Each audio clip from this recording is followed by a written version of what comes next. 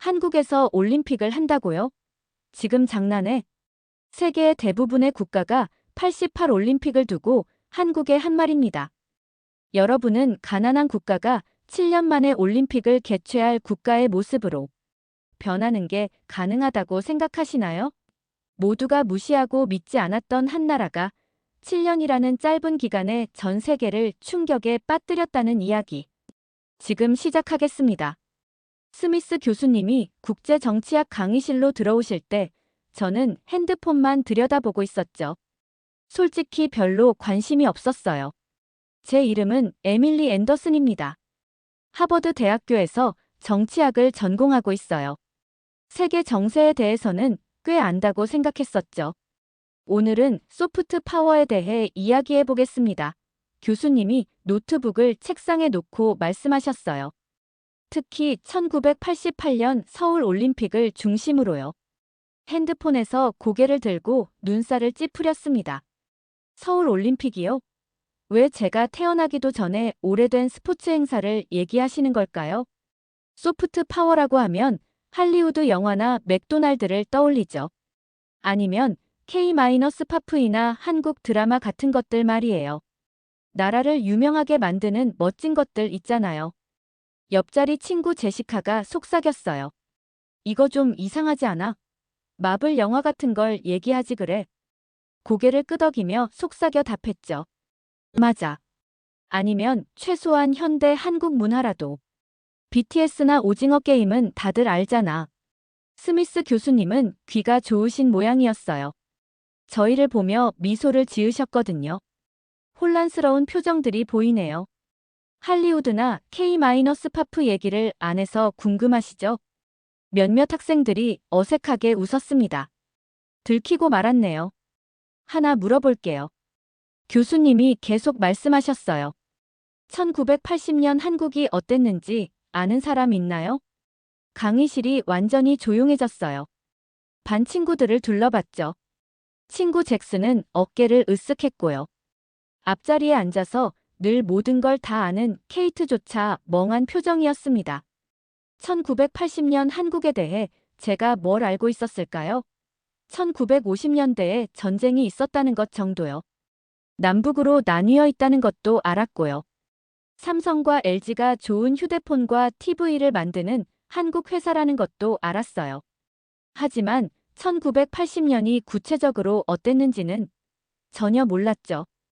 교수님이 컴퓨터를 클릭하자 큰 화면에 슬라이드가 나타났어요. 거기 적힌 숫자들을 보고 입이 떡 벌어졌습니다. 1980년 한국의 1인당 평균 소득은 연간 1,700달러였습니다. 교수님이 천천히 말씀하셨어요. 낮은 것 같긴 했지만 얼마나 낮은지는 다음 슬라이드를 봐야 알 수 있었죠. 같은 시기 미국인 평균 소득은 연간 1만 2천 달러였고요. 일본인 평균은 9천 달러였습니다. 이제 집중하기 시작했어요. 한국이 미국이나 일본보다 훨씬 가난했다고요? 놀라웠습니다. 그런데 다음 슬라이드를 보고는 의자에서 바로 앉았어요. 정말 충격적인 건 이겁니다. 1960년 올림픽 20년 전만 해도 평균적인 한국인은 연간 79달러밖에 벌지 못했어요. 입이 떡 벌어졌죠. 79달러요? 1년 동안. 비교해보자면요. 교수님이 계속하셨어요. 당시 가나 사람들은 연간 189달러를 벌었고 필리핀 사람들은 254달러를 벌었습니다. 한국은 대부분의 아프리카 국가들보다도 가난했어요. 믿을 수가 없었어요. 이건 틀린 게 분명했죠. 한국은 지금 주요 국가잖아요. 제 휴대폰도 TV도 컴퓨터도 한국에서 만든 거예요. 어떻게 그렇게 가난할 수 있었을까요? 제시카가 손을 들었어요. 교수님, 이 숫자들이 정말 맞나요? 한국은 지금 꽤 선진국 같은데요. 절대적으로 확실합니다. 교수님이 답하셨어요. 그리고 더 믿기 어려운 이야기가 있어요. 다음 슬라이드에는 전쟁 영화에서 나올 법한 사진들이 나왔어요. 건물들은 파괴되어 있었고요. 가족들은 철판과 나무 조각으로 만든 작은 판잣집에 살고 있었어요. 아이들은 찢어진 옷을 입고 신발도 없었죠. 모든 게 회색빛이고 절망적으로 보였습니다. 이게 1950년대 한국 전쟁 이후의 한국 모습이었어요. 교수님이 설명하셨어요. 나라가 완전히 파괴되었죠. 대부분의 사람들이 극빈층이었고요. 많은 미국인들은 한국이라는 나라가 있는지도 몰랐답니다. 사진을 뚫어져라 봤어요. 이 사람들은 정말 아무것도 없어 보였어요. 돈도, 멋진 건물도, 기술도 없었죠. 폐허와 희망만 있을 뿐이었습니다. 그런데 말이죠. 교수님이 신비로운 미소를 지으며 말씀하셨어요. 이런 출발점에서 한국은 완전히 불가능해 보이는 올림픽을 하기로 결심했습니다. 반 전체가 한꺼번에 떠들기 시작했어요. 뭐라고? 말도 안 돼. 미쳤구나. 하는 소리들이 들렸죠. 저도 같은 기분이었어요. 돈도 없고 인프라도 없는 나라가 어떻게 올림픽을 개최할 생각을 할 수 있을까요? 올림픽은 엄청난 행사예요. 멋진 경기장도 있어야 하고, 좋은 호텔도 있어야 하고, 교통망도 잘 되어 있어야 하고, 수백만 달러도 있어야 하죠. 그래서 어떻게 됐나요? 케이트가 물었어요. 교수님의 미소가 더 커졌어요. 그건 작고 가난한 한 나라가 불과 몇 년 만에 전 세계의 인식을 바꾼 이야기죠. 올림픽 역사상 가장 큰 놀라움 중 하나였습니다. 스미스 교수님이 독일 지도가 나온 새 슬라이드를 클릭하셨어요. 제가 들어본 적도 없는 작은 도시에 빨간 점이 찍혀 있었죠. 1981년 9월 30일. 독일 바덴바덴. 교수님이 극적으로 말씀하셨습니다. 바로 여기서 불가능한 일이 일어났어요. 국제올림픽위원회가 1988년 올림픽 개최지를 결정하기 위해 모였어요. 몇 달간의 발표와 투표를 거쳐서 마지막에 두 도시만 남았답니다. 한국 서울과 일본 나고야였죠. 제시카가 손을 들었어요. 그런데 일본은 이미 올림픽을 개최한 적이 있지 않나요? 바로 그거예요. 교수님이 제시카를 가리키며 말씀하셨어요. 일본은 1964년에 도쿄 올림픽을 개최했거든요. 엄청난 성공이었죠. 경험도 있고, 돈도 있고, 완벽한 도로와 철도도 있고, 아름다운 호텔들도 있었어요. 모든 사람이 일본이 쉽게 이길 거라고 예상했습니다. 상상이 갔어요. 당연히 일본이 이길 수밖에 없었겠죠. 한국이 없는 모든 걸 다 갖고 있었으니까요. 그럼 한국의 계획은 뭐였나요? 잭슨이 물었어요. 어떻게 일본과 경쟁할 수 있었을까요? 교수님의 눈이 반짝였어요. 바로 그게 놀라운 부분이에요. 한국은 자신들이 가진 것에 대해 거짓말할 수 없다는 걸 알았거든요. 부유하거나 현대적인 척할 수도 없었죠. 그래서 완전히 다른 전략을 선택했습니다. 다음 슬라이드에는 여러 나라를 가리키는 빨간 화살표들로 가득한 세계 지도가 나왔어요. 한국 외교관들은 몇 달 동안 전 세계를 돌아다녔어요. 국제올림픽위원회 위원 한 명 한 명을 모두 만났답니다. 하지만 특별한 점이 있었죠. 화려한 발표나 비싼 선물로 사람들에게 깊은 인상을 주려고 하지 않았어요. 그럼 대신 뭘 했나요? 케이트가 물었어요. 진실을 말했습니다. 교수님이 단순하게 대답하셨어요. 아프리카 나라들을 찾아가서 이렇게 말했죠. 우리도 여러분처럼 가난하다는 걸 알아요. 멋진 건물이나 완벽한 도로가 없다는 것도 알고요. 하지만 우리가 성공할 수 있다면 어떤 나라든 큰 꿈을 꾸고 실현할 수 있다는 걸 증명하는 거예요. 가슴속에서 뭔가 이상한 감정이 일어났어요. 존경 같은 거였을까요? 이 한국 외교관들은 가짜로 무언가인 척하려고 하지 않고 정직하게 행동하고 있었거든요. 남미 나라들에게는 이렇게 말했어요. 우리도 여러분 중 일부처럼 전쟁으로 파괴되었어요. 하지만 다시 일어서고 있고 개발도상국들도 놀라운 일을 할 수 있다는 걸 세상에 보여주고 싶어요. 교수님이 전 세계 사람들과 만나는 한국 관리들의 사진을 보여주셨어요. 모든 사진에서 그들은 진지하면서도 희망찬 표정을 하고 있었죠. 자신들의 불가능해 보이는 꿈을 정말로 믿고 있는 것 같았어요. 반면에 일본은 전통적인 로비 활동을 하고 있었어요. 비싼 만찬, 화려한 선물, 기술과 인프라에 대한 인상적인 발표들 말이죠. 1981년 9월 30일 투표가 시작되었습니다. 기억하세요. 이건 공개 투표가 아니었어요. 올림픽위원회 위원들만 투표할 수 있었고 비밀 투표였죠. 그리고 한국이 이겼어요. 그 순간의 사진을 보여주셨어요. 한국 관리들이 서로 껴안고 기쁨의 눈물을 흘리고 있었어요. 배경에서는 일본 관리들이 충격받고 혼란스러워하는 모습이 보였습니다. 스미스 교수님이 새 슬라이드를 클릭하자 제 입이 떡 벌어졌어요. 서울의 사진 2장이 나란히 있었는데요.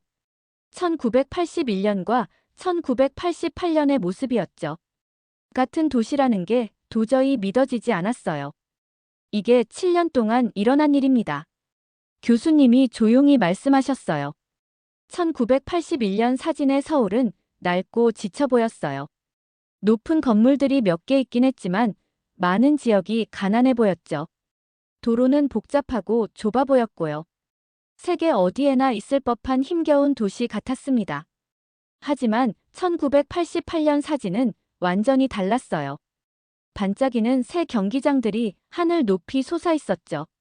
넓은 고속도로가 리본처럼 도시를 가로지르고 있었고요. 현대적인 호텔들이 햇빛에 반짝이고 있었어요. 미래의 도시 같았습니다.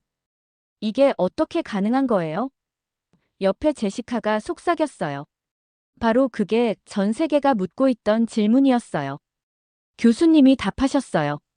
기억하세요. 한국은 아무것도 없는 상태에서 모든 걸 만들어야 했거든요. 올림픽 경기장, 수영장, 체육관, 테니스 코트까지요. 23개 종목을 위한 시설들 말이에요. 영화 같은 건설 현장 사진들을 보여주셨어요. 거대한 경기장을 짓는 수천 명의 작업자들. 하늘을 향해 뻗어 있는 거대한 크레인들. 눈길 닿는 곳마다 공사 현장이었죠. 하지만 가장 놀라운 부분은 자원봉사 프로그램이었어요. 교수님이 계속하셨어요. 다음 슬라이드에 나온 숫자를 보고 숨이 턱 막혔어요. 20만 명이었습니다. 20만 명이 올림픽 자원봉사에 지원했어요. 필요한 인원은 2만 8천 명뿐이었는데요. 거의 10대 1의 비율이었죠.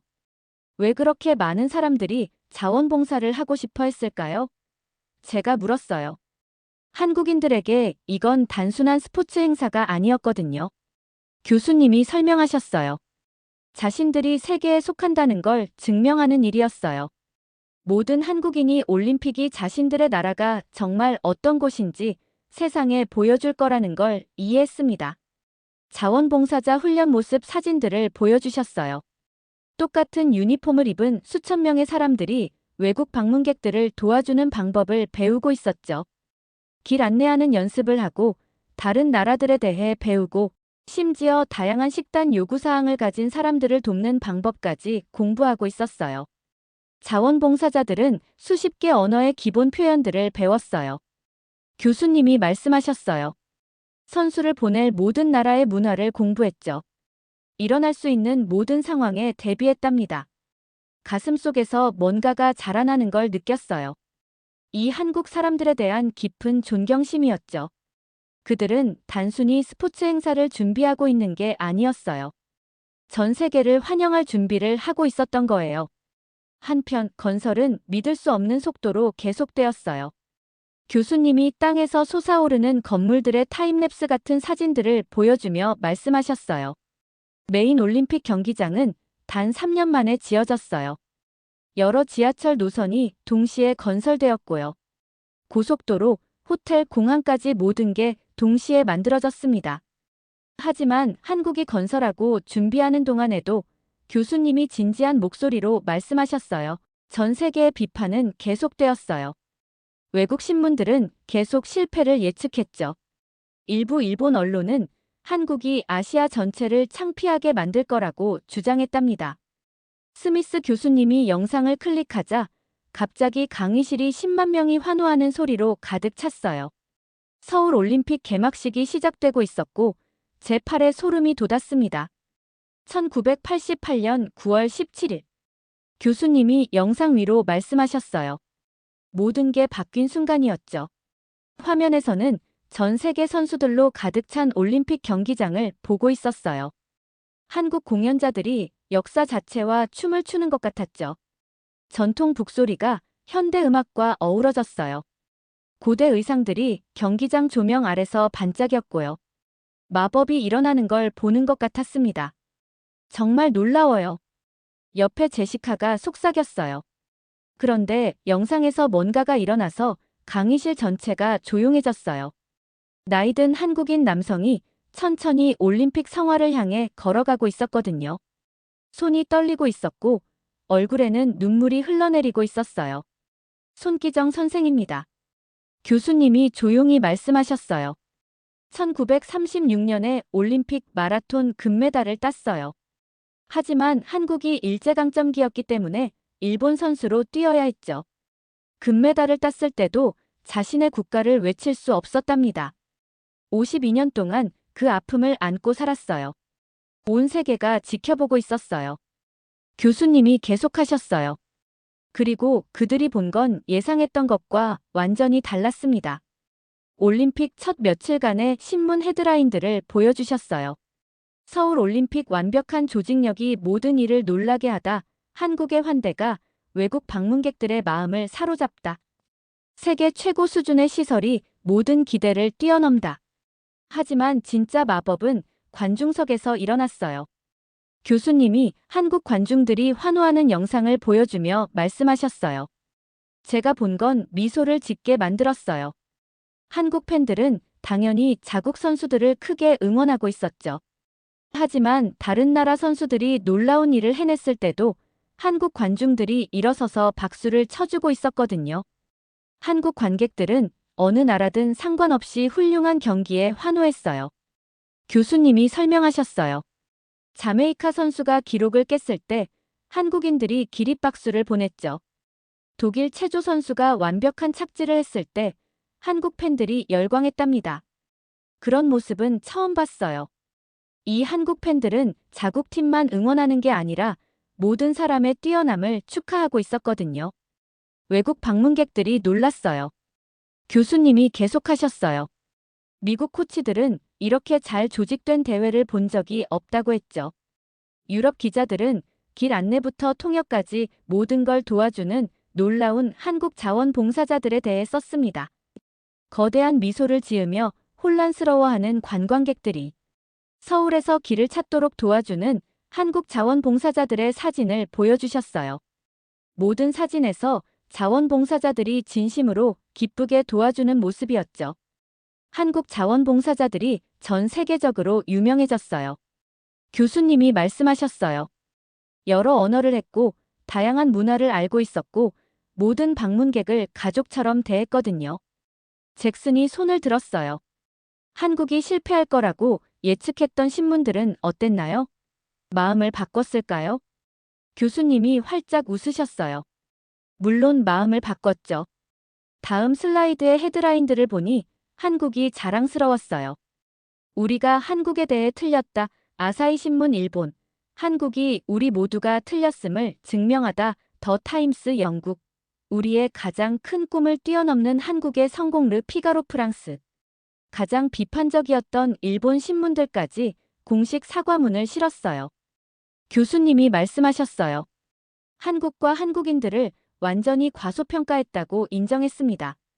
그런데 교수님이 보여준 다음 내용은 이야기를 더욱 놀랍게 만들었어요. 올림픽이 끝나고 2주 후 한국은 패럴림픽을 개최했어요. 같은 도시에서 올림픽과 패럴림픽을 똑같은 지원과 열정으로 개최한 첫 번째 나라가 되었죠.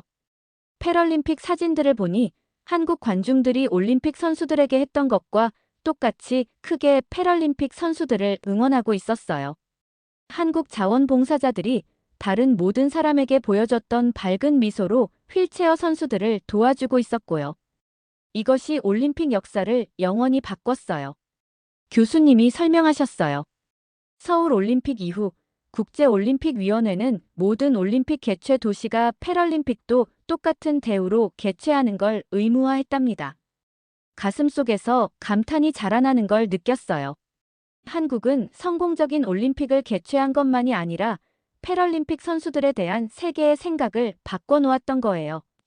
그럼 올림픽 이후 한국은 어떻게 되었나요? 케이트가 물었어요. 교수님의 눈이 반짝였어요. 그때부터 진짜 변화가 시작되었죠. 로켓이 치솟는 것 같은 차트와 그래프들을 보여주셨어요. 한국 경제가 급속히 성장했어요. 외국 기업들이 한국에 투자하기 시작했죠.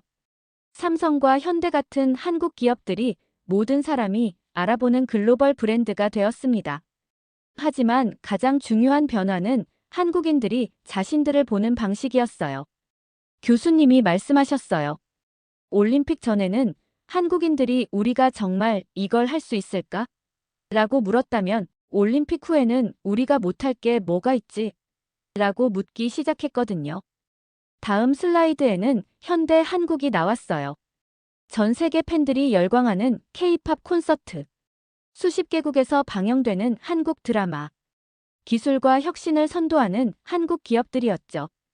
한국은 무명에서 문화 강국으로 변했어요. 교수님이 설명하셨어요. 미국 대학의 한국어 수업은 400% 증가했죠. 전 세계 주요 도시마다 한국 식당이 문을 열었답니다. 의자에 등을 기대고 완전히 감탄했어요. 수업 시작할 때는 한국이 그냥 좋은 회사들로 운이 좋았다고 생각했었거든요. 이제는 그들의 성공이 수십 년간의 노력과 결심, 그리고 모든 사람이 실패할 거라고 말할 때도 포기하지 않는 마음에서 나왔다는 걸 이해했습니다. 1988년 서울 올림픽은 중요한 걸 증명했어요. 교수님이 결론 지으셨어요. 성공은 어디서 시작하느냐가 아니라 원하는 곳에 도달하기 위해 얼마나 열심히 노력할 의지가 있느냐에 달려있다는 걸 보여줬죠. 제시카가 손을 들었어요. 교수님, 고백할 게 있어요. 오늘 한국 이야기를 시작하셨을 때는 그렇게 흥미로울 거라고 생각하지 않았거든요. 하지만 정말 감동적이에요. 열정적으로 고개를 끄덕였어요. 저도 같은 기분이에요. 삼성 제품을 쓰고 한국 드라마를 보니까 한국에 대해 안다고 생각했었거든요. 하지만 이런 놀라운 역사가 있는 줄은 몰랐어요. 잭슨이 덧붙였어요. 한국 문화를 완전히 다르게 보게 됐어요. 이제 K-팝이나 한국 영화를 볼 때마다 이 성공이 꿈을 포기하지 않은 사람들에게서 나왔다는 걸 기억할 거예요. 교수님이 우리 모두를 보며 미소 지으셨어요. 바로 그래서 서울 올림픽이 역사상 가장 위대한 소프트 파워의 사례로 남아있는 거예요. 한국은 성공적인 대회를 개최한 것만이 아니라 자신들이 진짜 누구인지 세상에 보여줬거든요. 그리고 세계는 그걸 결코 잊지 않았습니다. 수업이 끝나고 짐을 챙기면서 제 관점이 완전히 바뀌었다는 걸 깨달았어요. 한국의 이야기는 단순히 스포츠나 경제에 관한 게 아니었어요. 아무도 믿지 않을 때 자신을 믿는 힘에 관한 이야기였죠. 불가능한 걸 이루기 위해 함께 노력하는 것에 관한 이야기였습니다. 한국과 한국인들에 대한 새로운 존경심을 가지고 강의실을 나왔어요. 이상으로 오늘의 사연 마치겠습니다. 구독과 좋아요 꾹 눌러주시고 사연에 대한 댓글 남겨주시면 영상 제작에 큰 힘이 됩니다. 이 영상을 보시는 모든 분들께 행복이 가득하기를 바라겠습니다.